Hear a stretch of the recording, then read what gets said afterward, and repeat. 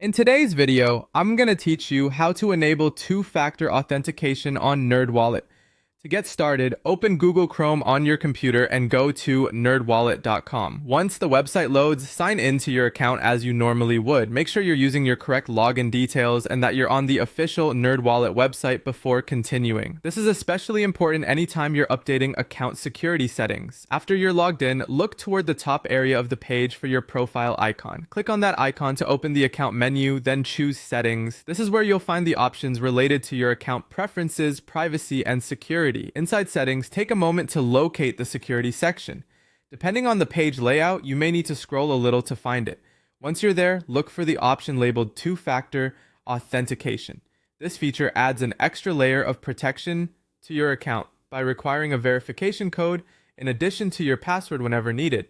In simple terms, even if someone gets access to your password, they would still need the code sent to your phone to sign in. When you find the two-factor authentication setting, turn it on using the toggle.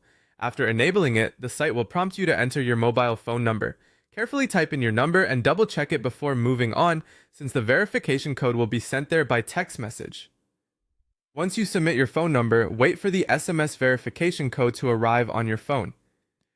When you receive it, return to the NerdWallet page and enter the code into the verification field. Be sure to type the code exactly as shown in the text message so the setup can be completed successfully. After the code is accepted, two-factor authentication should be enabled on your account.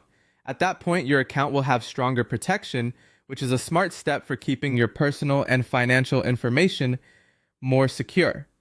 As a helpful tip, keep your phone accessible when signing in the future, since you may need it to receive a verification code. And if you ever change your phone number, remember to come back to your security settings and update it so you don't lose access to the sign-in method.